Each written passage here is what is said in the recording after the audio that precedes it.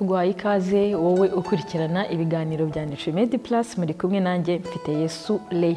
Uyu munsi tugiye kuganirira hamwe ibintu bishobora kugufasha niba ufite ububabare mu mavi. Hari abantu benshi twakira bakakuvuga ngo mporana uburibwe cyangwa se ububabare mu mavi yanjye, amavi arambabaza rimwe na rimwe n'umugongo bikagendana. Cyane cyane uzabisanga ku bantu bafite ibiro byinshi, ariko n'abadafite ibiro byinshi bashobora kugira ibibazo byo kubabara amavi. Ubundi uburwayi bw'amavi cyangwa se kubabara mu mavi bushobora kugendana n'uburwayi butandukanye. Rimwe ushobora kuba ufite uburwayi bwo twita osteoarthritis, ni uburwayi bugendana no kubyimbirwa byo mu mavi cyangwa se muri joints aho amagufwa ahurira hakabyimbirwa, noneho habyimbirwa hakajya hakoranaho ukababara. Ikindi ushobora kugira ibibazo by'ibiro byinshi, noneho ibiro byinshi bigatuma mu ngingo hegerana, noneho ya mavi akajya akoranaho, bityo ugatangira kumva ububabare cyane cyane mu mavi. Uyu munsi rero tugiye kurebera hamwe ku muntu ufite ubwo burwayi bwo kubabara mu mavi. Ese ni ibihe biribwa akwiriye kwitaho? Ese ni gute yakwitwara kugira ngo bwa bubabare yumva bwo mu mavi bugende bugabanuka? Gusa ibi ntibikuraho yuko ukwiriye kujya kwa muganga ukamenya ikibazo nyamukuru kigutera kubabara mu mavi ni ikihe. Ese ni ibyo biro byinshi cyangwa se ufitemo izo ndwara zigendanye no kubyimbirwa, ama inflammation, cyangwa se agahu gatwikira igufwa rituma irindi ridakoranaho ngo ubabare ntabwo kakiriho, kagiye gashiraho. Ibyo rero ni indwara muganga ashobora kureba akamenya ikibazo kirimo, akamenya n'uburyo bakuvura byimbitse. Ariko ibi tugiye kubona ni ibigendanye n'imirire. Ni ibihe biribwa bishobora kugabanya kubyimbirwa, ibishobora kugufasha mu kugabanya ubwo bubabare, ndetse n'uburyo bwiza nyine ibyo ukwiriye kwitondera, ibyo ukwiriye kwirinda kugira ngo ububabare bwo mu mavi bugabanuke. Muri kumwe nanjye nutritionist mfite Yesu Leah. Niba utarakanda subscribe yikande kugira ngo ujye ubona ibiganiro byacu bitandukanye bigendanye n'imirire, kuboneza imirire no kwita ku buzima muri rusange. Ikintu cya mbere ukwiriye kwitaho, ukwiriye kwita ku biribwa bikungahayemo ibigabanya kubyimbirwa cyangwa se ibyo twita anti-inflammatory food. Ubundi ububabare bwo mu mavi akenshi nk'uko twabivuze bushobora guterwa no kuba habayeho kubyimbirwa mu ngingo, ugatangira kubabara bitewe n'uko ahantu habyimbye hatangiye gukoranaho. Bimwe rero mu biribwa bishobora kugufasha mu kugabanya kubyimbirwa harimo imboga rwatsi z'icyatsi, green leafy vegetables. Ikindi muri izo mboga dushobora kubonamo spinach, kale, broccoli, epinard. Izi mboga rwatsi z'icyatsi zizagufasha. Ikindi kandi ushobora kwibanda cyane ku mafi afitemo amavuta cyangwa fatty fish, amafi afitemo amavuta nyine, afitemo ibinure cyangwa se amavuta akomoka ku mafi. Cyane dushobora kubonamo nk'ubwoko bw'amafi ya salmon, sardine, izi fi za tilapia, kuko zikungahayemo cyane amavuta ya omega 3 cyangwa omega 3 fatty acids, zifasha cyane mu gutuma umubiri utabyimbirwa cyangwa se zibyimbura, zifite anti-inflammatory effect. Ikindi ushobora cyane kwibanda ku nkeri cyangwa se izo twita berries. Berries zikungahayemo cyane ibintu bibyimbura. Ubwo aho harimo inkeri z'umutuku, iz'ubururu, blueberries, strawberries, cherries. Buriya bwoko bw'inkeri nabwo bukungahayemo cyane ibintu bibyimbura ugomba kwitaho mu gihe ufite ibibazo byo mu mavi.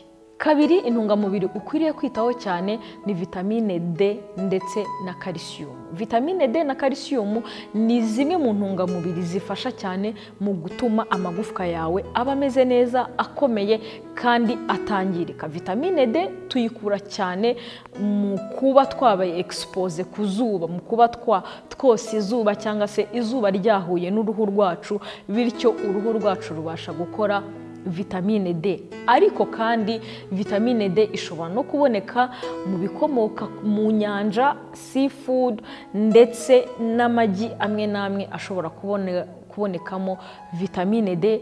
Ikindi, vitamine D ishobora kuboneka mu binini byayo cyangwa se supplements ziguhereza vitamine D, cyane cyane ku bantu baba mu bihugu bidafitemo izuba. Ni byiza gukoresha supplements za vitamine D kuko zizagufasha mu gutuma calcium ibasha kuba absorbed cyangwa se ibasha kwinjira mu mubiri neza. Calcium yo tuyikura cyane mu bikomoka ku mata, amata, fromage, yaourte, ibintu byose bikomoka ku mata. Ikindi, dushobora no kuyikura muri brocoli, ibikomoka kuri soya nk'amata ya soya, tofu. Ikindi, dushobora no kuyikura no mu ndagara kubera ko turya indagara zifitemo utugufwa, nazo zishobora kuguhereza calcium iri hejuru. Ibyo byose rero, vitamine D na calcium bizagufasha kugira amagufwa ameze neza, ndetse bitume na joints zawe aho amagufwa ahurira haba hameze neza, bikugabanyirize kuba wagira ububabare buterwa n'ibibazo byo mu mavi. Intungamubiri ya gatatu ukwiriye kwitaho ni omega 3 fatty acids. Nkuko twabibonye ku cyambere, ku bintu bikungahayemo anti-inflammatory effect, ibintu bibyimbura, harimo na omega 3. Omega 3 twayivuzeho, niba utarabonye ikiganiro kivuga ahantu ushobora gukura iyi omega 3 n'ikifasha ku buzima bwacu. Muri description twapininzemo link y'icyo kiganiro kugira ngo umenye byimbitse ku bigendanye n'ibi binyamavuta bya omega 3, uburyo bifasha umubiri wacu. Ariko kimwe mu byo bifasha, birabyimbura. Omega 3 rero dushobora kuyikura mu mafi nk'uko twabivuze, ariko dushobora no kuyikura mu tubuto twa chia seeds, dushobora kuyikura muri flax seeds, dushobora kuyikura muri walnuts, ubwoko bw'ubunyobwa, ndetse tukayikura no muri olive oil no muri avoka. Ishobora kubonekamo nubwo atari nyinshi, ariko ubwo bwoko bw'ibinyamavuta bishobora kugufasha kubyimbura, bityo bikakugabanyiriza ububabare bwo mu mavi.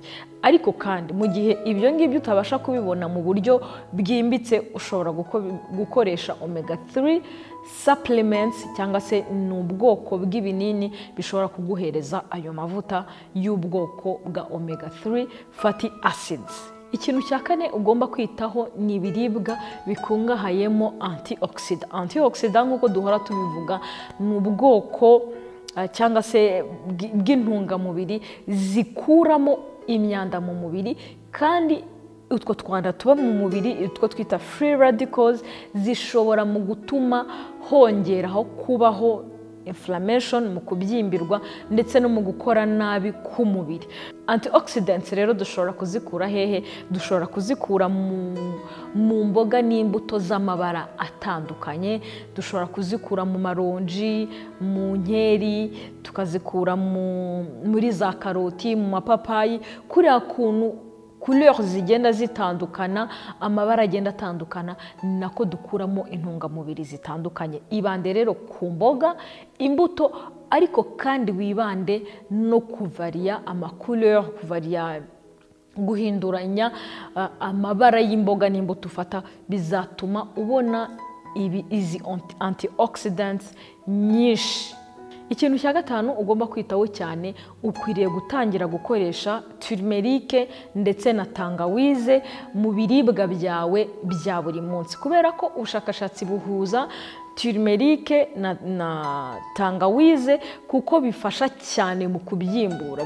Bifitemo bikora anti-inflammation, ni anti-inflammatoire kubera ko birabyimbura. Turmeric ushobora kuyishyira mu muceri, ushobora kuyishyira mu masosi, muri smoothie, aho ariho hose, ndetse na tangawize ushobora kuyishyira mu cyayi cyane cyane tangawizi ushobora gukoreshwa mu cyayi, ushobora gukoreshwa mu masosi nk'abantu bakundamo akantu k'agasenda, ariko ukabishyira mu biribwa byawe bya buri munsi, bizagufasha cyane mu kukugabanyiriza ububabare ndetse bigufashe no mu kubyimbura. Ikintu cya gatandatu ukwiriye kwitaho ni ibiribwa bikungahayemo collagen. Collagen ni intungamubiri ifasha mu gutuma uburyo umubiri ukora cyangwa se uburyo joints, uburyo mu ngingo hashobora kudakoranaho, kubera ko collagen ishobora gufasha mu gutuma cartilage cyangwa se kariya kagufwa koroshye gatwikira mu ngingo, noneho bigatuma hadakoranaho ngo ubabare. Collagen rero dushobora kuyikura muri ruriya ruhu rw'inyuma rw'ifi, rukungahayemo collagen. Ikindi dushobora kuyikura mu misokoro iboneka mu magufwa kuriya bakora isosi cyangwa se boiro irimo ibinono cyangwa iyindi misokoro, ishobora nayo kuguhereza collagen. Ikindi ukwiriye kwitaho, ukwiriye kunywa amazi ahagije, hydration.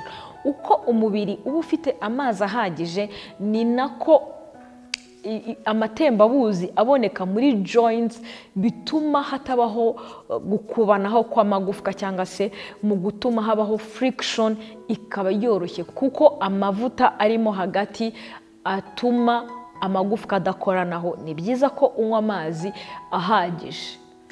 Hari ibiribwa rero ukwiriye kwirinda kubera ko bishobora noneho kongera kugira inflammation cyangwa se kubyimbirwa.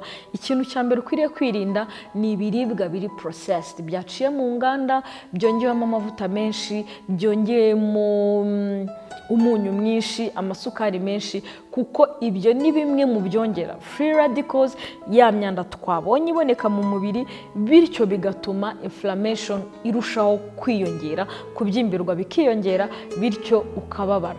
Icya kabiri ukwiriye kwirinda ibinyampeke bikoboye cyangwa se refined grains. Aho tubonamo ifarini, tukabonamo imiceri y'umweru, za makaroni, kawunga. Biriya binyampeke bikoboye bizamura isukari mu maraso, kandi isukari mu maraso nyinshi ifite ahantu ihurira na inflammation ziri hejuru, bityo kubabara mu ngingo bikarushaho kwiyongera. Ikindi cya gatatu ukwiriye kwirinda ikoreshwa ry'amavuta mabi, ibyo tukunda kwita saturated fats cyangwa se trans fats. Ni ubwoko bw'ibinyamavuta bibi bikomoka ku mavuta yakorewe mu nganda.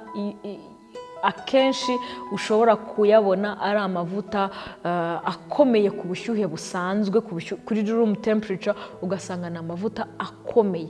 Habonekamo za margarine, za butter cyangwa se n'ubundi bwoko bw'ibinyamavuta bikomoka mu nganda.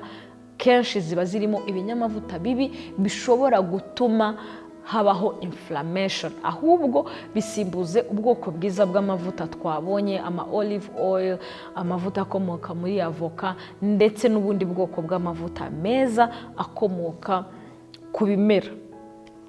Ikindi kintu ukwiriye kwirinda, ugomba kwirinda ibiribwa byakorewe deep frying, byafiritijwe cyangwa se byatetswe mu mavuta menshi, kuko binywa amavuta menshi. Kabiri, kuriya kuntu bihindura ibara bigasa nk'ibibaye nka brown cyangwa se umukara, biba byakoze za free radicals mbi. Ikindi bikaba bishobora gutuma habaho kubyimbirwa biri hejuru, bityo bikakongerera ububabare kubera ko inflammation ziyongereye. Ikindi ugomba kwitaho ari nacyo cya nyuma bizakurinda kubabara mu mavi, ni ukugabanya ibiro.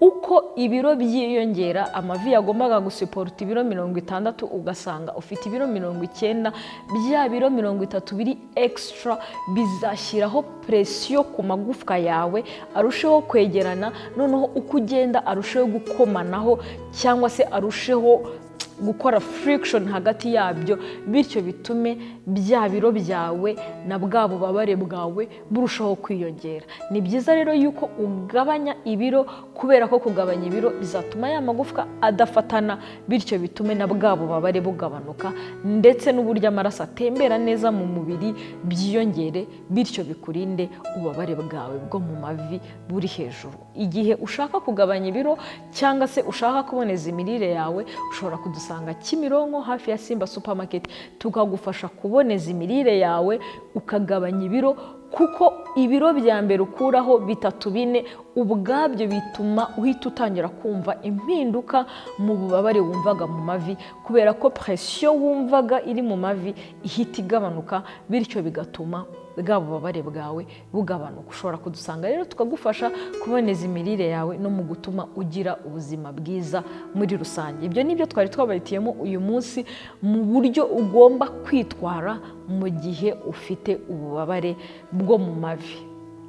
Mu gihe ukeneye ubufasha bw'umwihariko ushobora kuduhamagara kuri 0788940474 cyangwa ukadusanga aho dukorera tukagufasha. Ikindi tuboneyeho kubibutsa yuko turi mu kwezi turi kwandikamo abantu tuzabana muri groupe izatangira mu kwa 10, aho tubana n'abantu bifuza kugabanya ibiro, tukabakurikirana bya buri munsi, tureba uburyo bakwiriye kurya, tugukosora bya buri munsi. Ikindi tukiga byimbitse ibigendanye no kugabanya ibiro, kandi ukaba uri kumwe na bagenzi bawe mufite ikibazo kimwe cyo gushaka kugabanya ibiro, kandi tukaba turi hafi yawe nawe tugufasha mu kuboneza imirire yawe ndetse no kugukurikirana. Wakwiyandikisha ndetse n'abantu bari online bari hanze y'u Rwanda batari hano mu Rwanda, namwe turabafasha, tukabafasha mu buryo bwa online, uri kumwe n'abandi banyarwanda cyangwa n'abarundi bumva ikinyarwanda bari mu bihugu bitandukanye,